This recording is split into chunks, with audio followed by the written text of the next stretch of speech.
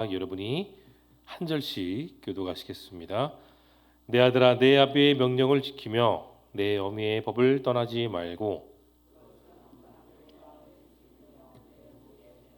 그것이 내가 다닐 때에 너를 인도하며 내가 잘 때에 너를 보호하며 내가 깰 때에 너와 더불어 말하리니 대저 명령은 등불이요 법은 빛이요 훈계의 책망은 곧 생명의 길이라. 아멘. 오늘 말씀 가운데 솔로몬은 인생에 있어서 아주 중요한 말씀을 전하고 있습니다. 하나님의 명령과 그 법을 늘 지키며 살라고 강조하고 있는 것이죠. 그런데 특이한 것은 그 말씀을 목에 매라고 강조하고 있는데요. 마치 구약 시대에 이스라엘 백성들이 신명기 6장의 말씀을 떠올리게 하는 그런 부분을 볼 수가 있습니다. 집에 있든지 나가든지 또는 무엇을 하든지 하나님께서 주신 그 말씀을 손목과 미간에 새기고 문설주와 바깥문에 기록해요. 나갈 때든지 들어가들 때든지 어떠한 상황에서든지 수시로 그 말씀을 살펴보라는 말씀, 그 신명기 6장을 지금 솔로몬은 강조하고 있는 겁니다. 그만큼 하나님의 말씀은 모든 크리스찬들에게 있어서 늘 필수가 됩니다. 이스라엘의 유일한 신이 되시는 여호와 하나님의 그 명령에 따라 살아갈 때에 인생은 평안을 누리게 되는 것이죠. 그분의 명령은 우리가 읽었던 23절 말씀처럼 등불이고 빛이고 생명의 길입니다. 이 비유로 표현되는 단어들의 공통점이 무엇일까요? 네, 삶을 환하게 비춘다는 것을 들어오고 있습니다. 밝은 빛 대신 하나님의 말씀이 어두운 세상 속에서 내가 가야 되는 길, 내가 바라봐야 하는 것, 내가 들어야 되는 소리들을 구별하여 주십니다. 하나님 아버지의 말씀을 우리는 늘 수시로 듣고 말씀에 새겨야 비로소 수많은 세상의 유혹과 마귀의 관계를 말씀의 힘으로 강하게 무찌를 수가 있는 것이죠. 큐티 제목의 말씀처럼 말씀이 주신 빛만이 우리에게 안전합니다. 세상이 주지 못하는 그 참된 빛인 주님의 말씀만이 이 세상을 이기는 가장 큰 안전한 능력이죠. 이것이 오늘 말씀의 전체적인 핵심 내용입니다. 이제 내용 관찰로 들어가 더 깊이 있게 살펴보겠습니다. 1번을 보십시오.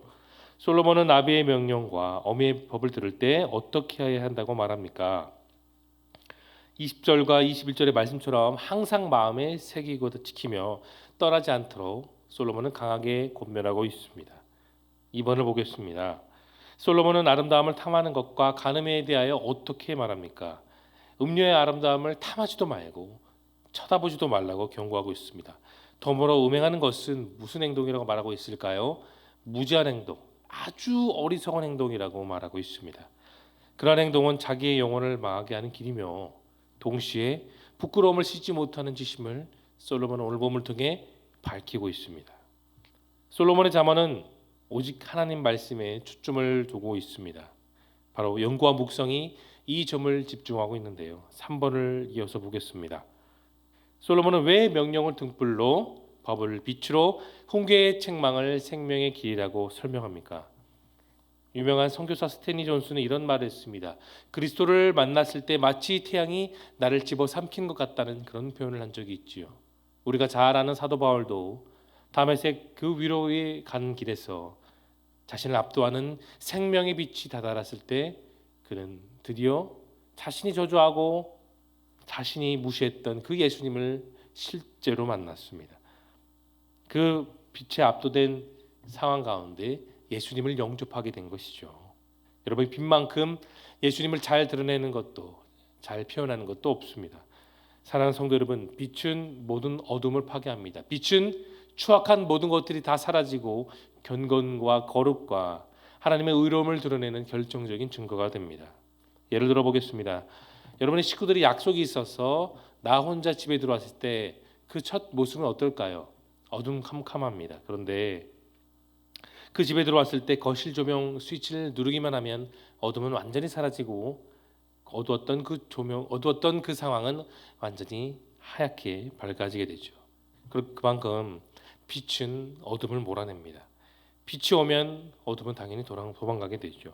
그리스도를 모시지 이 세상은 정말 어둠캄캄한 것뿐이지만 예수님이 우리 마음에 찾아왔을 때에 그 말씀을 우리의 인생의 빛을 환하게 비춰줬을 때에 우리 인생은 얼마나 그렇게 환하게 되었고 얼마나 많은 변화가 우리 삶에 일어났습니까?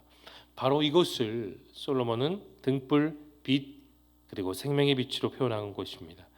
우리 모두의 인생을 밝혀주시는 그 하나님의 말씀, 그 말씀이 우리 인생을 바르게 사는 명령이고 법이고 훈계입니다. 사람을 살리는 귀한 말씀이고 또한 더불어 아버지 하나님의 사랑이 담겨져 있는 것이 우리가 읽고 묵상하는 생명의 말씀인 줄 믿으시기를 축원합니다.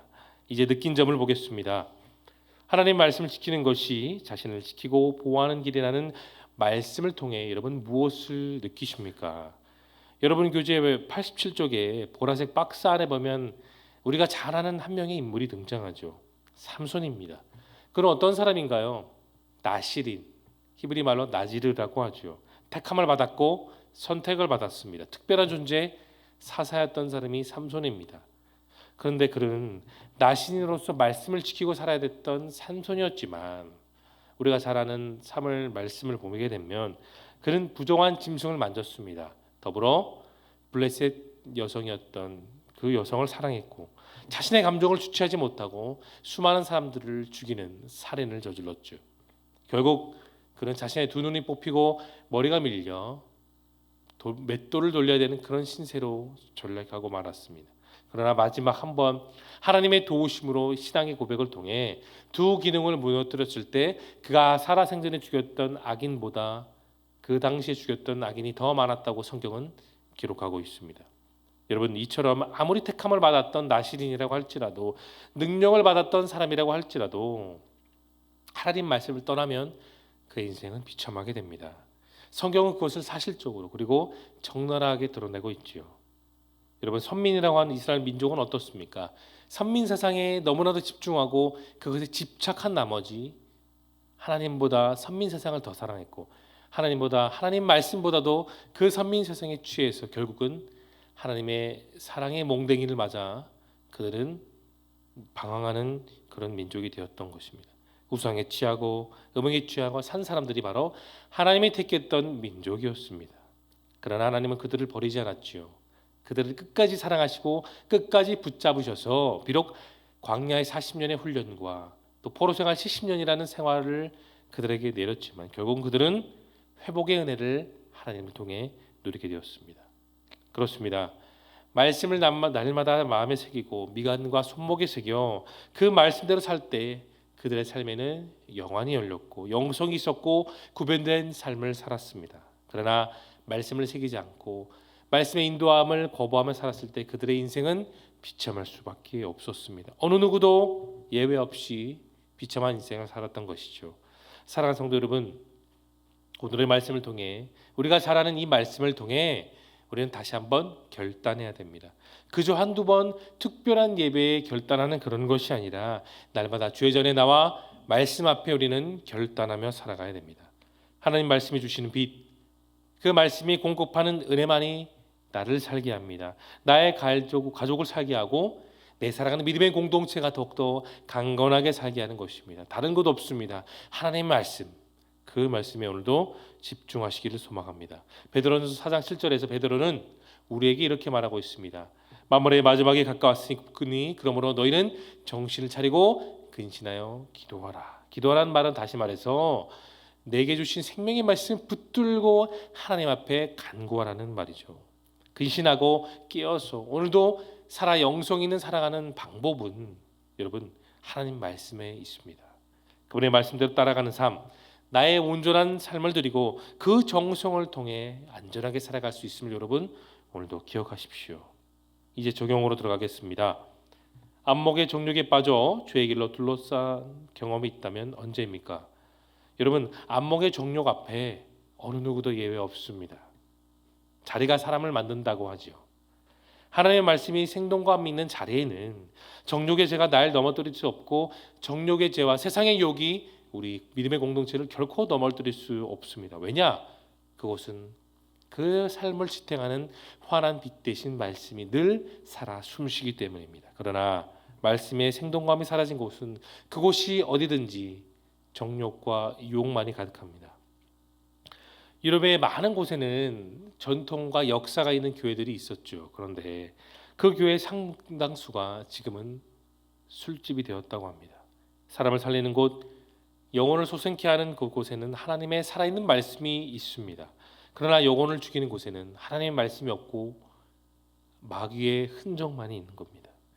기독교 철학자 중에 기독교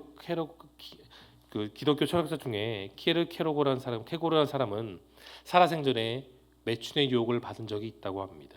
하나님의 말씀을 붙들고 연구하던 철학지지만 그 역시 음란의 유혹에 빠졌던 적이 있죠. 그래서 그것 때문에 무척 괴로웠다고 합니다.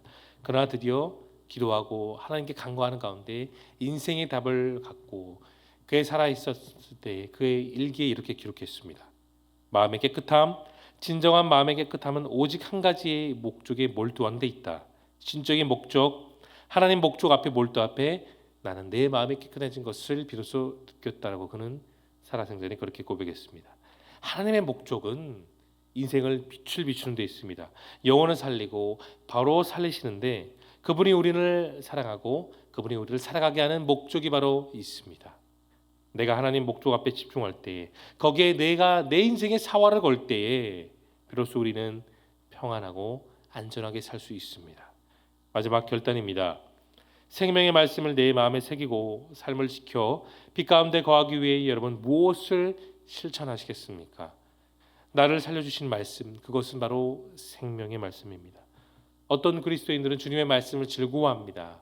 단지 주님의 말씀을 묵상하고 계속해서 읽기만 하는데도 눈시울이 붉어지고 마음에 감동이 오기도 하죠. 마음이 즐겁다는 것은 그 말씀이 그의 삶에 즐겁기 때문입니다. 말씀을 즐거워하는 사람은 그 말씀을 믿기 때문에 말씀대로 사는 삶을 주저하지 않습니다. 망설이지 않고요. 어떻게 해야 되지라고 고민하지 않습니다. 말씀을 즐거워한다는 것은 다시 말해 하나님을 즐거워하는 겁니다. 하나님을 즐거워하는 것은 하나님과 동행하는 그런 삶이 내 삶 속에 너무 감격이 되고 감흥이 되기 때문에 기쁨이 되기 때문에 내가 계속해서 그 말씀을 즐거워하며 살아갑니다. 우리도 하나님의 말씀을 즐거워하면 하나님이 너무나도 기뻐하시죠. 어떤 때에는 우리가 구하지 않는 것도 하나님이 우리의 삶에 많은 것을 주십니다. 여러분 오늘도 하나님의 그 말씀으로 즐거워하는 삶을 살기를 소망합니다. 그것을 위해 하나님이 나를 위해 방긋 미소 지실 것을 생각하며 오늘도 생명의 말씀을 다시 붙들며 살아가는 저와 여러분 모두가 될 수 있기를 소망합니다. 내 삶이 여지없이 어둠과 문제와 고민과 안타까움이 몰려올 때 하나님의 말씀이 주신 그 은혜, 그 빛이 오늘도 나를 보호하시고 기쁨을 회복하게 하신다는 것을 다시 한번 기억하시며 오늘도 내게 기쁨과 소망을 회복하시는 아빠 아버지와 동행하는 기쁨의 삶을 살아가시는 저와 여러분 모두가 될 수 있기를 예수님의 이름으로 축원합니다. 이제 함께